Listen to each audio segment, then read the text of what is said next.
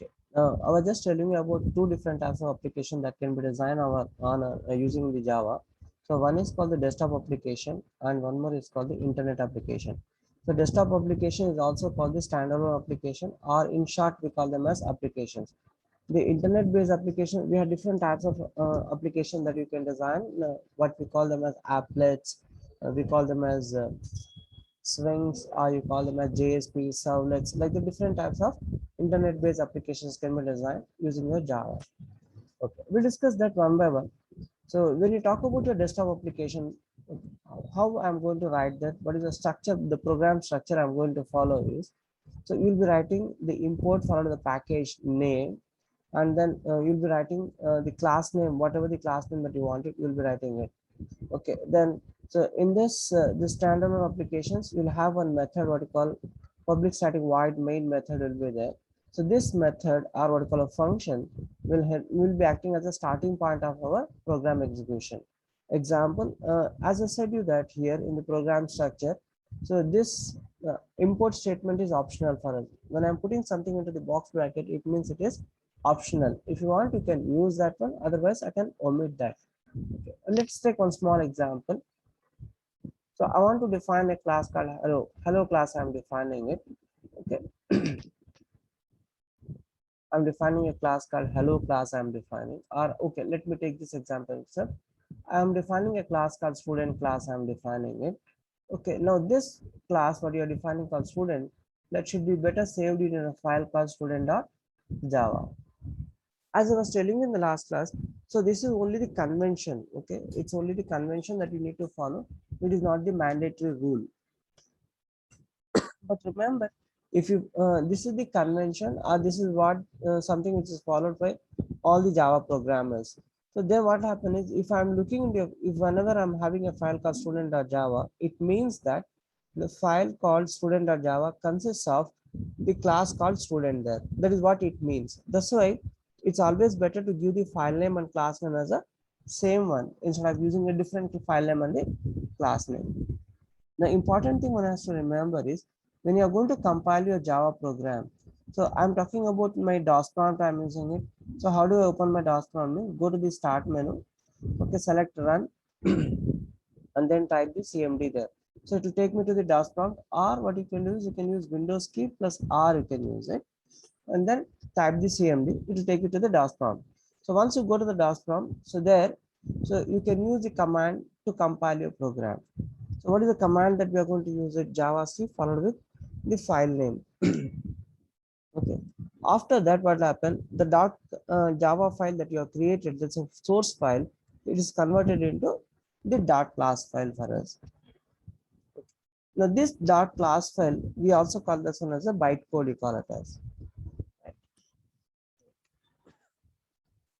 Okay, how do I execute my program? Is to execute my program, so we are going to use the command called Java followed with the class name. So whatever the class it is going, that class file it is going to create, that class name alone you have to give it. Don't use the .cl that class as an extension for your program. Okay. Any questions over here? If you have any questions, you can always unmute your microphone and let me know. Right. So let us see this. What happens is, so what I'm doing, I'm using some operating system I'm using it. Let us say that I'm using the Windows OS. Okay. So let us say that I'm using Windows OS, I'm using it. Here I'm compiling my program in this one. So after this has been compiled for me, okay.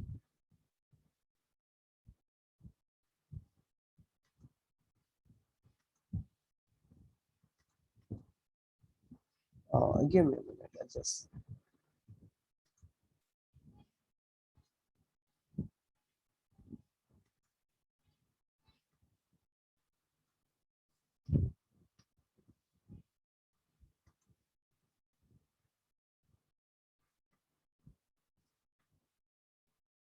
So once you're typing your program in your Java, okay, sorry, in your Windows application, Windows, you are using the Windows OS. So I'm using the OS called the Windows.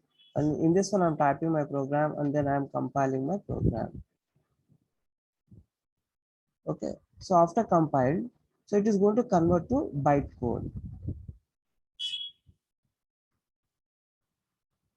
or what we call it is dot class file,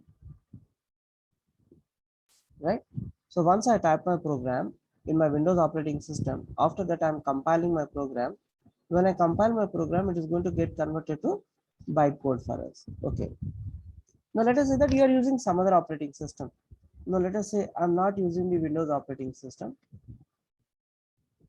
Let us say I'm using some other operating system. Now, okay, let us say you're using Linux, you're using. Okay, in Linux, you're typing a program. Okay, after that, you're compiling it. So what happens is once after typing it, so in your Linux also, what will happen? It will get converted to bytecode. When I'm using my Windows operating system, okay, it is going after my compilation is being done, it is going to convert it to the dot class file, or what you call the dot byte dot. It's called the bytecode. It is called. Now let us say that you are using some other operating system you are using. So let us say I'm using Mac. I'm using it. So let us say I'm using the Mac OS, the Apple OS. I'm using it, and then in this one I'm typing my program. So once I'm typing my program and I'm compiling it, after compiling it, so in this one also it is going to convert to dot class file, which is what we call it as a bytecode, right?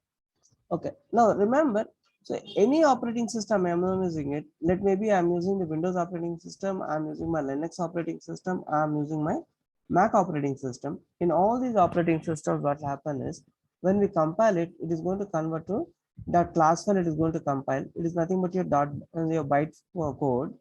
Okay. No, remember. So this bytecode is common to all the operating system. Whatever will be the operating system I am using it, whatever it is, let us see, it is a Windows operating system or Linux operating system or Mac operating system. In all these operating systems, when I'm compiling my program, it's going to get converted to that class file, which is okay, a common bytecode to all the operating systems. That means we were talking about previously, we were talking about in Java, we have a concept called write once, okay,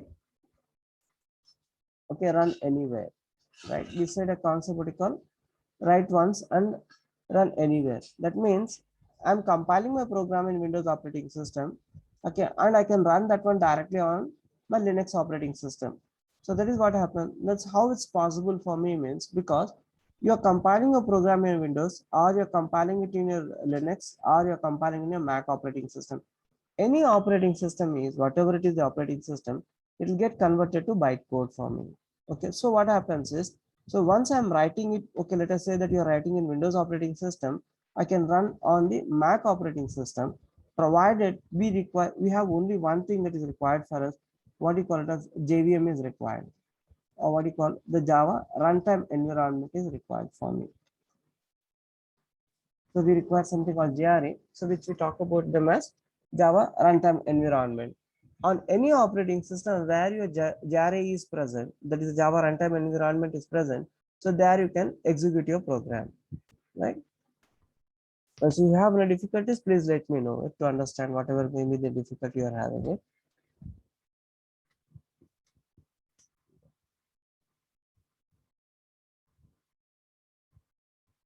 Right? So I'm using, okay, let us say that we are working with in Windows operating system, right? In Windows, when I'm compiling my program, it's compiled to dot class file. Now let us say that you are working with Linux.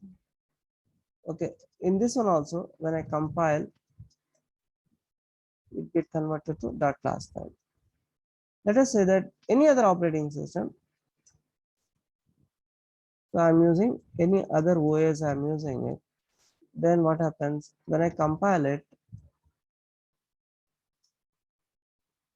Okay, it's all going to convert to dot class file.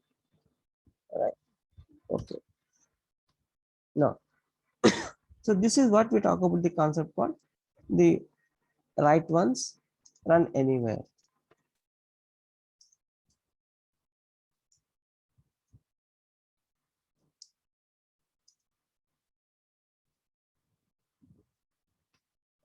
So that is, you're writing a program once and you can run anywhere, or what you call it as any operating system you can execute it. Now, as I was telling you that the previously was telling you that one of the feature of your Java is said to be the platform independent. So we say Java is platform independent.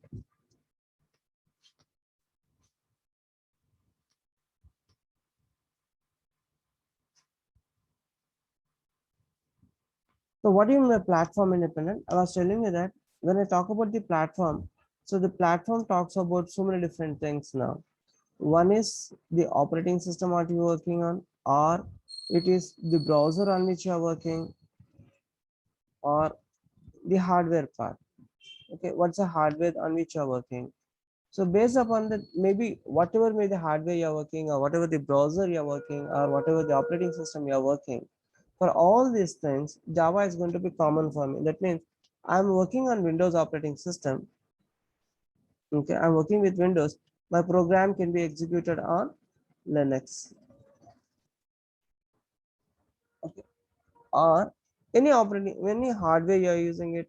So let us say that you're using Intel machine, you're using it. I'm using the Intel hardware I'm using. Okay, or I'm using some other hardware. Let's say I'm using the Sun Micro machines, I'm using it. Okay, a Sun workstation, I'm using it. In whatever may the operating system, I mean whatever may the hardware you're having it.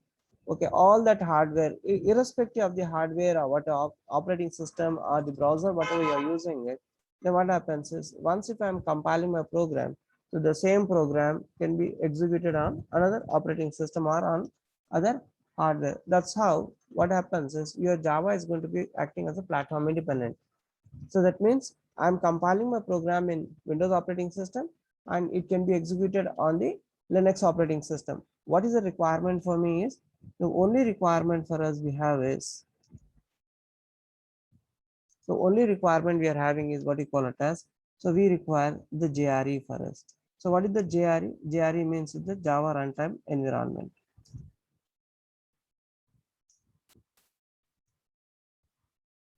So we require the Java runtime environment is required for me.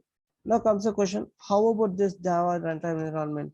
Now remember, it is installed, okay,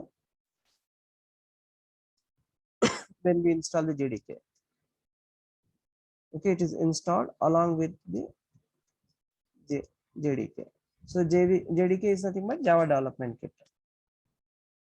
Okay, it's my Java development kit. So along with my JDK, it's going to be installed for me. Right? So the JRE we'll discuss more about the JRE and that we'll discuss later. Okay. So that's how the Java is going to be acting as what you call the platform independent. That means if you are compiling it in one operating system and you can directly use it on other operating system or on other hardware, you can use it directly. So that is what how your Java is going to become the platform independent. The how it's going to be means because when I compile my program, it's going to be converted to .class file. So where the .class file is common to all the operating systems, whatever may be the operating system you are using, in all these operating systems, it is going to be the same code it's going to be generating, what you call the bytecode. If you talk about the other operating system, sorry, the other languages like C language, if you talk about, in the C language, what happens is when I compile my program, it is going to convert it to an .exe file, or what you call it as an executable file is going to convert. So when it is creating the executable file, so those exe files are going to be dependent on the operating system or they are dependent upon the hardware which you are going to use it. So that's why what happens is the other languages are platform dependent. That means if I'm compiling my program on Windows operating system, it has to be executed only on Windows operating system. It cannot be executed directly on another operating system. So that limitations are there in other programming languages like C I'm talking about.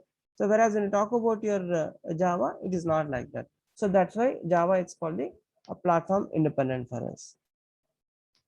Okay, right. So we have seen already how to compile our programs and all that. Okay. Let me tell you once again, just a small revision for that. So when you talk about the how to compile it, we are going to use the Java C command. You are going to use it, and then you are going to compile your program. To execute, so we are going to use a command called Java.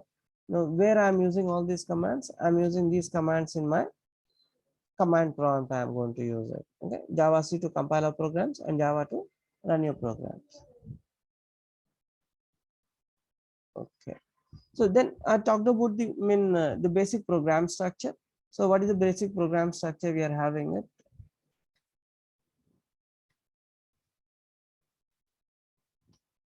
One minute. Okay, we closed it. Okay.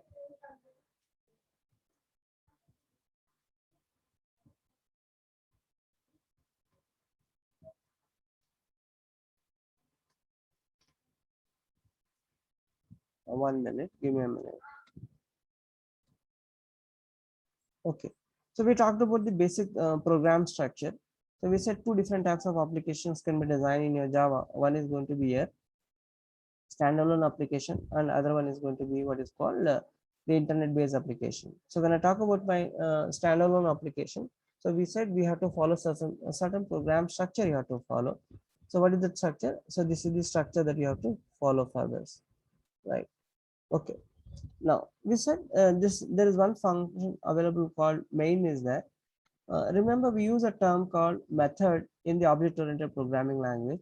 We'll talk about the other programming styles, like what you call the procedure-oriented. So there, we use a name called function, or you'll be using the names for the procedures, right? In case of your procedure-oriented programming languages like C. But when you talk about your object-oriented programming language like Java, we are going to, instead of using a name called function, we use a better name called method. You'll be using it for the functions, right? Okay. Then I said we have one function available in our Java. So what we call it as println. So we have a function called println. So what is the use of this function called println means? Println is a function which will help me to display some messages onto the screen. Okay. Now this function, what we call println, is a part of the class called system class. So we have a class called system class. So remember, this is a built-in class in your Java. So in this one, we have uh, a variable called an instance variable is created called out, okay, which is in which we have this method called println method is available for us, right? Okay.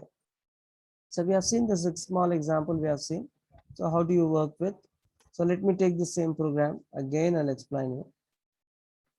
So I want to write a program now to print a hello message. Okay. Now I want to write a program. I'm writing a shortcut name called WAP, so which stands for write a program for me. It means write a program for us. Okay, I want to write a program to print the hello message, or what you call hello world message.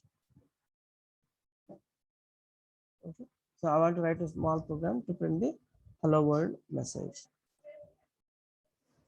Then for that, what we do is we need to follow the program structure. So what is the program structure? You start class, public class name I'm writing. So what I'm doing is I'm using a class name called HW. I'm writing a class name. Okay, hello world. So in that I'm writing public static void main. Okay, then so in this one you're going to write this system dot out dot println. So here the message will be giving it. So what is the message you wanted? So hello world. Okay, that message I'm writing it like this. Then after that you just save your program. Save the program.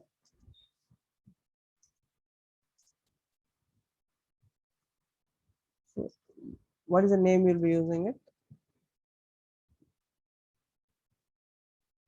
So I'm going to give the same name as that of my class name. Then, so how to compile it? So go to the DOS prompt. So open your DOS prompt. So how do you open the DOS prompt? So you'll be using Windows key plus R. Okay. Then, so you use the run, go to the run dialog box and then type CMD.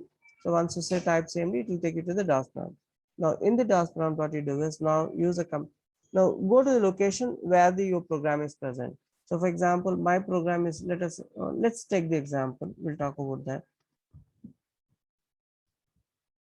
So right now timing, I'll use only Notepad. I'll be using it. Later, I'll take it to the IDEs. I'll take it to the IDE. So this program, I'll just copy it. I'm just pasting it over here. I'll save as. So I'm selecting, typing it in my folder. Okay, Java folder I'm using it. So there, we said it is always better to use and replace the file name into double quotes in case of your Notepad, because Notepad has always what it is, it will try to add the extension .txt extension will try to add. To avoid that one, it's better to place the file name into double quotes. Save it. Now go to the command prompt. I'll use CMD. I'm using it. Okay, my program is available for me in my D drive. So we have a folder called Java folder. So I have a folder called BITIT. Okay, there I'm having a folder called Java there. Now here you see that one program is there called hw.java file. Now I want to compile it. I'll say Java C hw.java. Now after the successful compilation, it is going to create the .class file. Now I want to execute it, Java, and then so we'll say the class name hw will be using it. Then you see that the output will be printed for me onto the screen for us. So you have any doubts, you can unmute your microphone and let me know that. Oh, no, sir. Okay, right. So this is the simple program at your tablet. Now, when you talk about this one, now here comes a question for me. What is this public for me? Public is actually, it's called a access modifier, we call it as. So let us talk about the program now.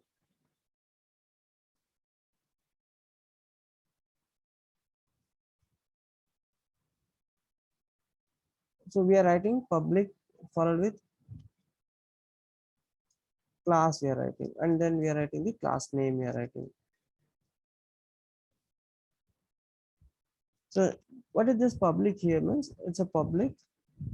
It's called the access modifier. It is called. So you're telling that I'm defining a class, some class you're writing it. Example, okay, let us say that you're writing a class called HW you're writing. So that means you're telling that that class called HW can be accessed from anywhere in your program. Maybe you're inside your program, you're there, outside your program, wherever you're present, you can access it. Let us understand that it can be accessed anywhere inside, maybe inside your program or outside your program. For time being, we'll discuss that. So public means anywhere it can be accessed or anybody can access that particular class for me. We already told you that. So the class is, it's a keyword for me. Remember, public is also a keyword. So this is also a keyword for me. Okay, what is this keyword means? This keyword, you're telling that you're defining a class there. Okay, there. So we are writing public static void main in our program. Okay, I'm writing public static void main in our program, and follow to that. So we are writing string args, we are writing it. Okay. So what is the static means? So the word generally static mean, we'll discuss more in detail, I will talk about them. Only just I'm introducing it to the program structure. Static means the method what you're writing main, right?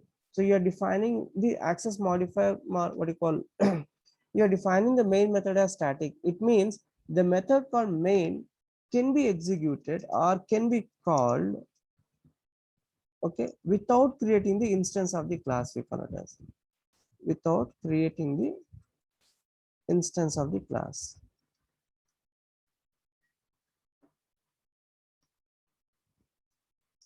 Without creating the instance of the class. Which class? That is my HW class.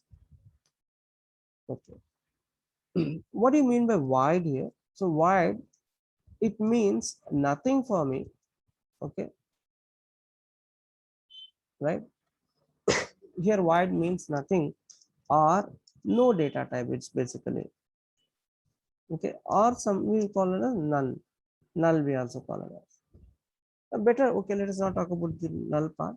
So we say void means it returns nothing or it is no data type. That means the function you're writing called main, right? It returns nothing. It returns nothing for me. Then main is It's a function or it's a method for me.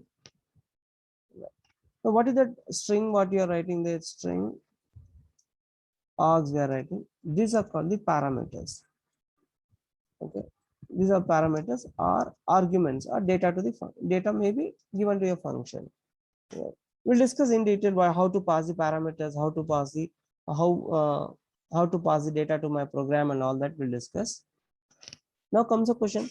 So who is executing my program? Who is executing the program for us?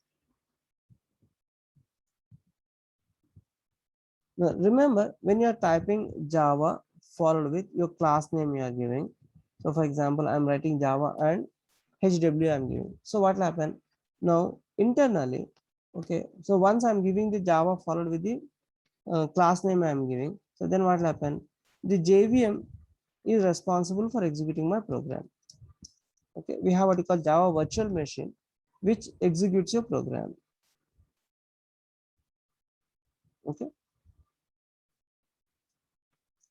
it executes the program for us.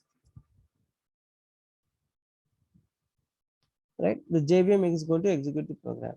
Okay, now remember something here more important. We said what we have the different operating systems. I'm using Windows operating system, or I'm using my Linux operating system, or Mac operating system. Any of the operating system I'm using it. So in this one, so when you compile it, is going to create the .class file it is going to create. But very important thing one has to know that. So when I'm talking about my Windows operating system, the JVM what we have, okay, the JVM what we are having for Windows, it is different for Windows. Remember, the JVM is different for Windows operating system. JVM is going to be different for Linux operating system. JVM is different, and for the Mac operating system, JVM is going to be different for me. So actually, when you start downloading your JDK from your website, so it will ask me what is the operating system you are using it. You need to select the operating system. Okay, once you select the operating system, generally what will happen is it will be automatically selecting the operating system on which I am working. If it is, I mean, if you are asked, if you are required to select the operating system, you need to select the operating system on what you're working. Is it I'm working on Windows operating system? I'm working with the Linux, or what is the operating system you're working with? So based upon the what operating system you're working, the software downloading has to be different for me. Okay, that is the JDK software is going to be different for different operating system. But once you compile your program, the programs will be converted to .class file, or that is a bytecode, which is going to be common for all the operating system. That you have to know what. Okay.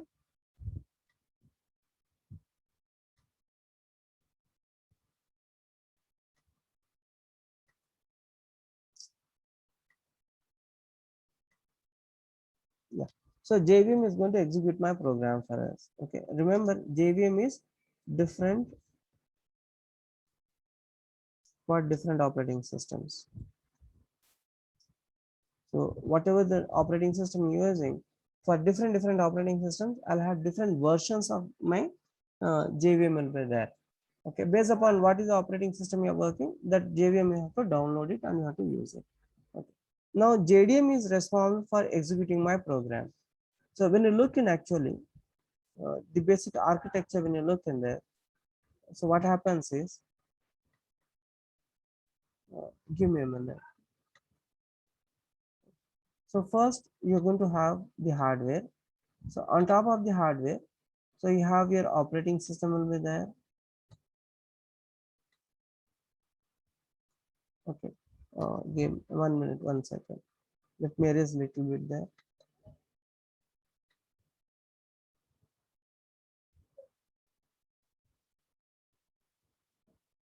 I'm just telling you the architecture, so how things will be working for us.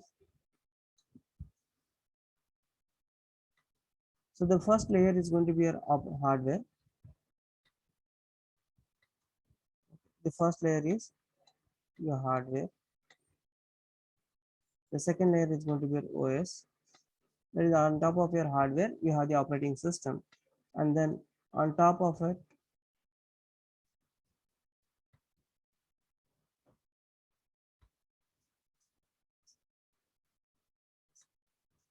on top of it.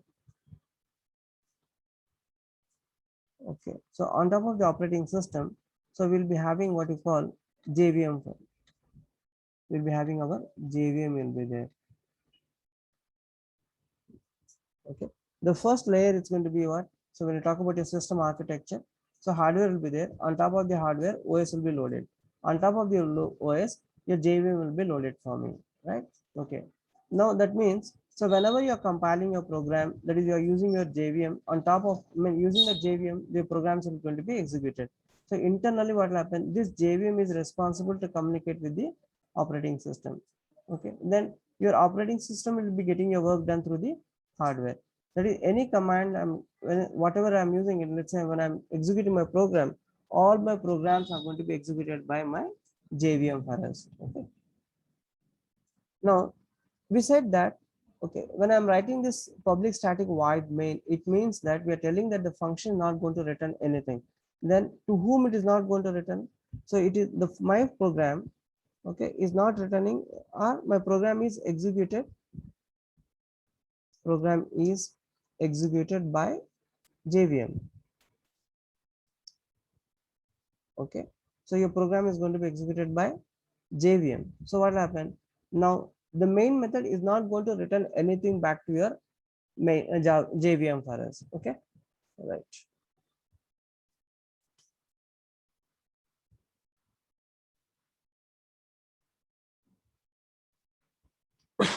Now I said that, so the class what you are creating, it's going to be executed. So who is going to execute your program now is, it's your JVM, it's going to execute your program. Now remember one more thing here is, when I say that it's just a main method is going to be a public static main method, then who is going to execute this main method? Main method is going to be called by JVM itself. So remember, JVM calls the main method. So JVM calls the main method for us. Okay, and then so once the program main method is going to be called, everything it's going to be executed your program. We said static indicates what the main method is going to be executed without creating the instance of the class. So don't worry about the concept of creating the instance and all that stuff. We'll discuss one by one. We'll discuss. So give me a little more time, and just once we come across that, I'll explain you again there. Okay. Yeah. Okay.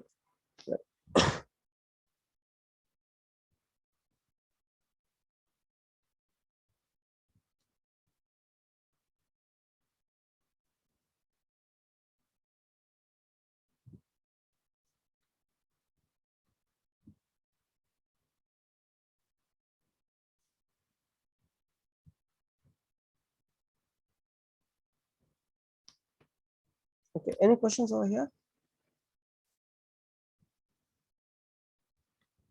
No, sir. Okay, fine. Yeah, give me a minute.